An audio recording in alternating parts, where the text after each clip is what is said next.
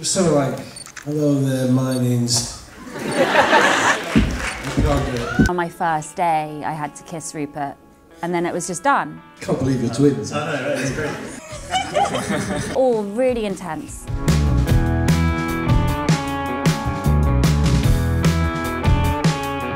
just wish I could speak French. It's such a good language. But I don't know any I know, like, stuff we learn at school, kind of, bonjour, merci, Au revoir. Au revoir. Je m'appelle Oliver, j'habite Birmingham. That's all I remember. Any event in the world in England can do that. I don't remember the filming, but I remember the walk to the filming, which was the first time I'd seen the Great Hall. I was really scared and nervous, but when the doors opened to the Great Hall, it was just the most amazing moment because it was real, it looked real, and actually feel like, oh yeah, this isn't acting, this is just, for a second, this is just us as students in the Great Hall, and there was, it felt really, truly magical. It was very surreal joining the Harry Potter cast because I'd obviously grown up watching them. It's quite a unique position to have seen people on screen and in interviews and stuff, and then go and meet them and then work with them immediately. I mean, on my first day, I had to kiss Rupert, and then it was just done. And they're like, oh, you know, it's all really intense. So I wish I could have told myself back then that it's okay that I found it a bit intense, because it was so amazing and so beautiful, but it was also a lot of pressure. My favourite book is Azkaban, so that was my favourite film too, because I think it's just the most exciting one. I think the first movie is probably my favourite. I think it's the most magical. It's the first time we get to visit the Wizarding World. It feels home and it feels safe. I didn't really watch them until my children started wanting to. So it's been really nice. It's so long ago that you can't judge yourself. I know you can judge, but as you get older, you're kinder to your past selves. I've got less self-critical. I'm not 100%, I don't 100% agree with where I've been put. I'm Hufflepuff. Yeah, Gryffindor is the glamorous one, isn't it? Yeah, I mean, I was looking at say Gryffindor. Yeah, it wouldn't be I think it would probably be Gryffindor for me. Slytherin is kind of quite cool, isn't it, I suppose? I don't think I'm cool enough to be Slytherin. It became our reality, if that makes sense. I mean, we weren't casting spells all the time or anything like that. But yeah, the normal thing would be to go and make a Harry Potter film. We kind of formed a kind of our version of Hogwarts within the studios. It was like a school. We were educated there and we grew up there, so it's a very special place. It's interesting actually now having a daughter, because she completely thinks it's all real. She thinks I went to Hogwarts. In Rupert's dressing room was at the very end of the corridor. It was the place to be. Yeah. And there's a dartboard in your dressing room, so we'd play darts. Then after a while we got a bit bored of darts. So we made our own crossbow and played crossbow darts. And I remember we were doing this, and do you remember this? J.K. Rowling walked in. And it's like one of her own, she didn't really visit the set much, but she walked in, saw us taking aim at this wall, and kind of just walked straight back out. Yeah, sometimes I do kind of miss it. It was a lovely place to be. Yeah, definitely the last day of set, I'll never forget. It was just so strange suddenly kind of stepping away from something that was such a strong part of your everyday life. So it was a very emotional day, I definitely cried. The last thing we filmed was when Fred and George are looking over, when the battle's just about to start, and they speak to one another. That was the last couple of takes that we did. Oh yeah, you died, didn't you?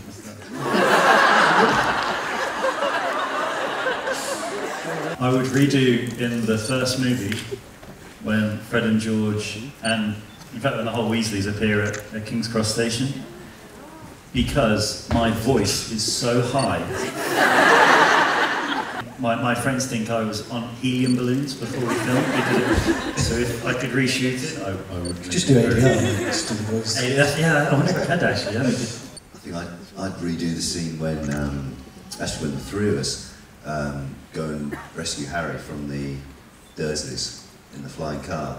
because I was sat in the back seat with Hedwig on my lap, and this thing just cracked everywhere. Oh, it's disgusting. It was disgusting, yes. I can still smell it now. It's just etched in my mind. You had therapy for it. I think I would do the entire fourth movie with a different hairstyle. Yeah, we didn't talk about it, did we? No one said anything. We just turned up with long hair. It's very mysterious. I've actually got the flying car. Weird story. It was stolen from the studios. Was it? By you? Not by me. I didn't steal it. It was stolen and it was abandoned by like some castle ruins. It was like, my insurance company did the claim for it. Yeah, I don't drive it. I've got George's missing ear, but that's about it. A prosthetic piece. And at the end of each day, you'd have to just take it off and put it in. And sometimes you put it on a car window. Sometimes you put it on someone's backpack. But I've got the very last ear there. I did to audition for the part. I sent this video where I did like a rap. It was basically just information about me, the rhymed to be. It's very cringe.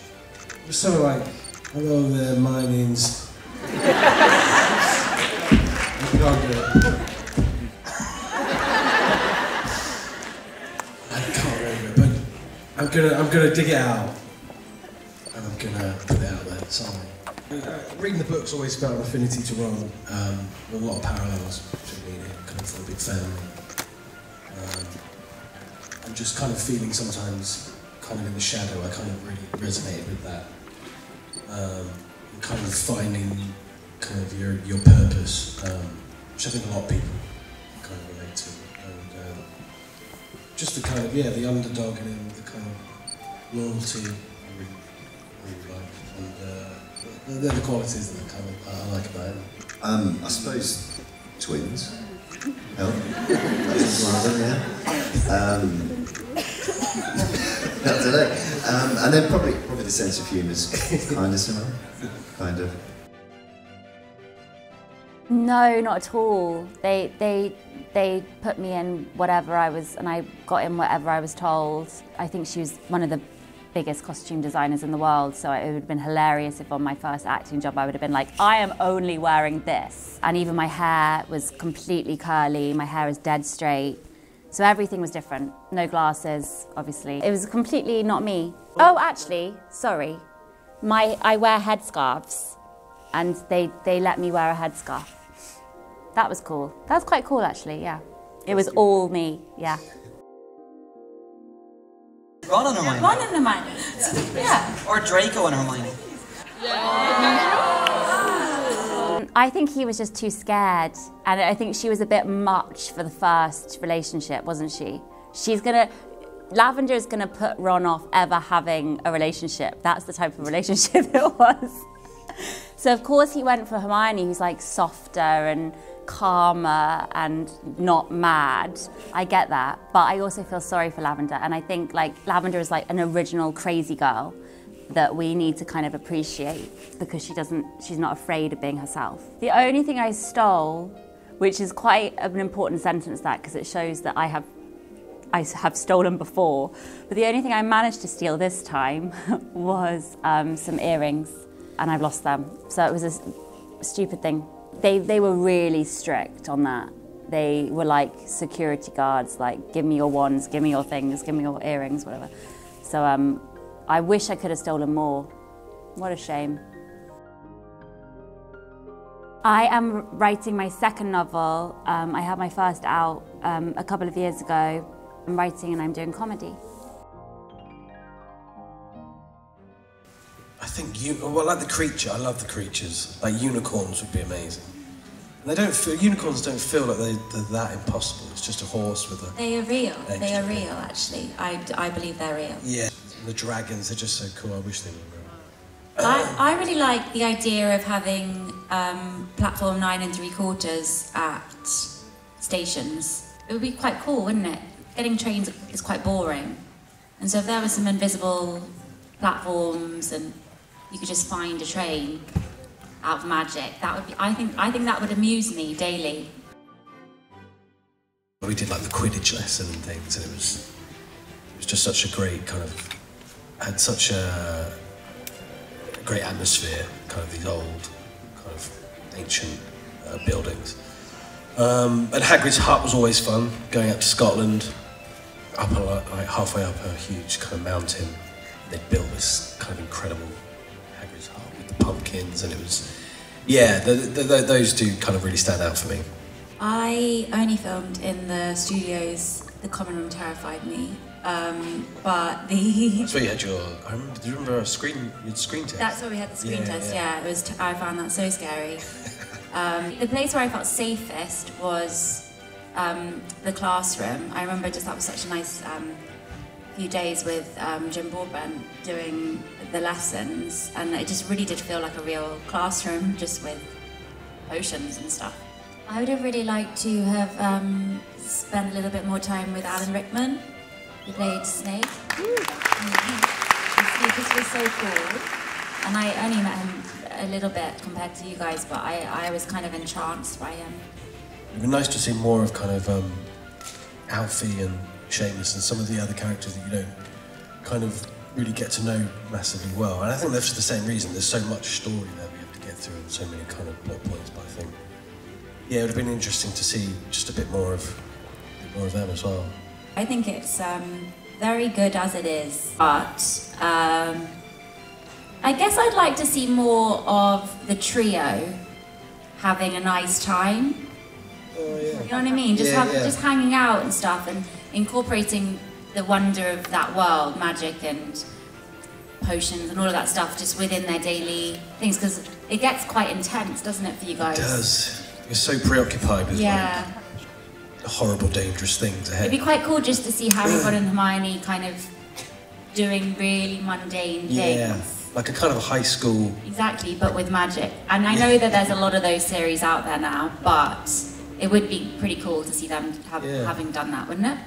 Yeah, I agree. I remember when we were filming it and when I read the script, like, she's definitely comic relief. But there is, I think, something quite important about her character to show that they were teenagers going through such a difficult period of time. And those hormones at that age are just so rampant. And it's a really dangerous time, I think. You have to be really looked after at that age. And I think that Lavender's just a good example of somebody who was crushed by being rejected. It would be nice to think of what she did next, because I think she would have been really affected by that rejection. I hope she's a werewolf now. I hope she's a werewolf now, and like an amazing werewolf. You could write the story, you know, you were I could. thinking of. Oh my god, it could. That could be my fan fiction. That could be your fan fiction. Yeah. Lavender werewolf. Yeah, I'm gonna do that.